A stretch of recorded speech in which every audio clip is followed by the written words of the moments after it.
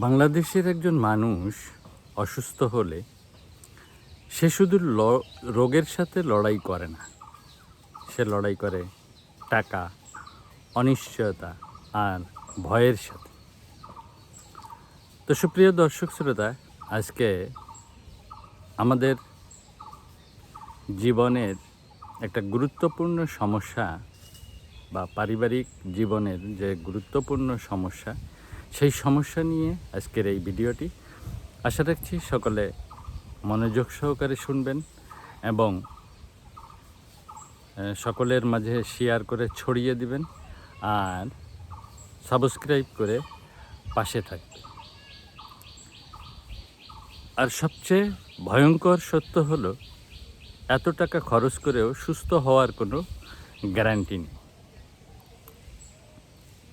সরকারি হাসপাতালে ভিড়, সময়ের অভাব, অব্যবস্থাপনা, প্রাইভেট হাসপাতালে টেস্ট, বিল, প্যাকেজ, কিন্তু ফলাফল অনিশ্চিত। একজন রোগী 10টা টেস্ট করায়, 5টা ডাক্তার দেখায়, তবুও জানে না সে আসলে কী রোগে ভুগছে। প্রতি বছর প্রায় 4.5 থেকে 8 লাখ বাংলাদেশি চিকিৎসার জন্য বিদেশে যায়। শুধু রেকর্ডকৃত হিসাবেই বাংলাদেশ থেকে প্রায় $5 বিলিয়ন, মানে 5,000 কোটি টাকার বেশি দেশের বাইরে চলে যায়। এই খরচ অনেক সময় দেশের মোট স্বাস্থ্য বাজেটের থেকেও বেশি। আর সবচেয়ে কষ্টের কথা, এই টাকা দেয় কারা? এই টাকা দেয় মধ্যবিত্ত মানুষ,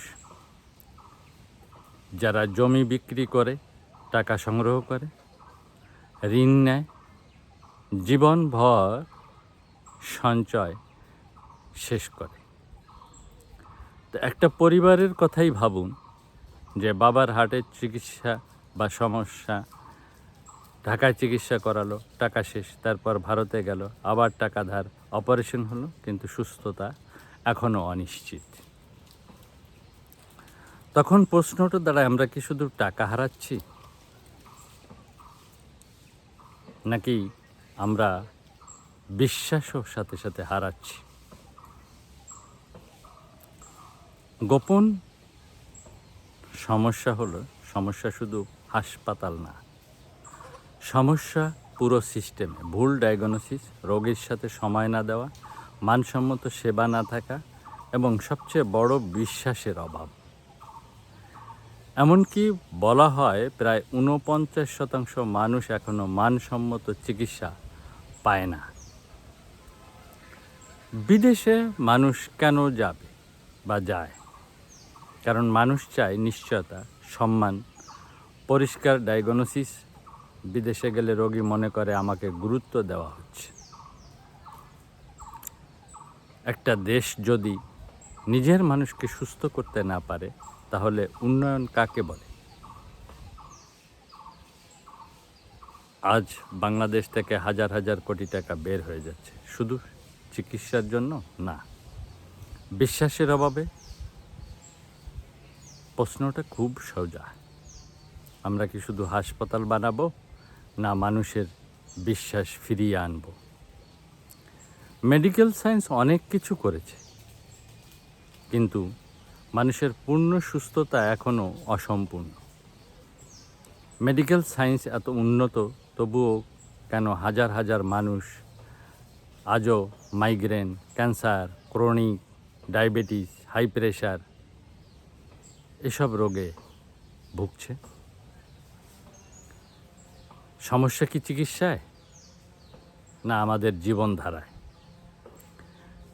ঔষধ খাচ্ছেন, সাময়িক ভালো লাগছে, আবার ফিরে আসছে সমস্যা, আবার ওষুধ খাচ্ছেন। এভাবেই শরীর ভালো হচ্ছে না, কারণ রোগ শুধু শরীরে না, মনের ভিতরেও, জীবনের ভিতরেও। তো গোপন সত্যটা হলো, যা কেউ সাধারণত বলে না, মেডিকেল সায়েন্স রোগকে দেখে বডি হিসাবে, কিন্তু মানুষ শুধু বডি না।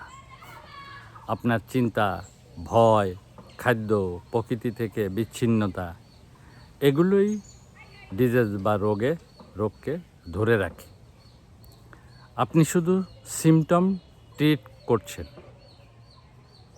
এ পর্যন্ত আপনি যা কিছু করছেন বা আমাদের দেশের যে সিস্টেম তাতে সিমটম ট্রিট মানে সিমটমের চিকিৎসা করছেন, কিন্তু রুট বা শিকড়, রোগের যে শিকড় উপড়ে ফেলছেন না। তো বাঙালিয়ানা একটা জিনিস ছিল, বাঙালিয়ানায় প্রকৃতির সাথে সংযোগ, খাবারে সরলতা, মনকে শান্ত রাখার অভ্যাস, সম্পর্কের উষ্ণতা, এই জিনিসগুলো হারানোর পরই রোগগুলো করণিক হয়ে গেছে। আমি বলছি না যে ওষুধ ছেড়ে দিন, আমি বলছি নিজের ভিতরে ফিরুন। পরামর্শ অনুযায়ী 3টে জিনিস শুরু করুন। শরীরকে প্রাকৃতিক খাদ্য দিন, মনকে চিন্তার নিয়ন্ত্রণে রাখুন, জীবনকে প্রকৃতির সাথে সংযোগ স্থাপন করান। দেখবেন আপনার শরীর নিজেই হিল করতে শুরু করবে। রোগ আপনার শত্রু না, এটা আপনার শরীরের ভাষা। আপনি যদি সেই ভাষা বুঝতে পারেন তাহলে হয়তো আপনি শুধু রোগ না, নিজের জীবনটাই পরিবর্তন করতে পারবেন। মেডিকেল লাইফ ফিলসফি সমান কমপ্লিট হিলিং। আমি পথ দেখাচ্ছি, সিদ্ধান্ত কিন্তু আপনার। আমি আপনাকে বিশ্বাস করতে বলছি না, আমি চাই আপনি নিজে পরীক্ষা করুন। এটা মানুষকে রেসিস্ট্যান্ট কমিয়ে দেয়। আপনি কি শুধু ঔষধে বিশ্বাস করেন, না নিজের শরীরের শক্তির উপরও বিশ্বাস রাখেন, সেটা আপনাকে ভাবতে হবে। তো সকলে ভালো থাকবেন আর বিষয়টি নিয়ে একটু ভাববেন। কোনো বিষয়ে পরামর্শের প্রয়োজন হলে বা জিজ্ঞাসা থাকলে আমাকে সরাসরি কল দেওয়ার অনুরোধ রইল। ধন্যবাদ। মালিক ভরসা। জয় জয় মালিক।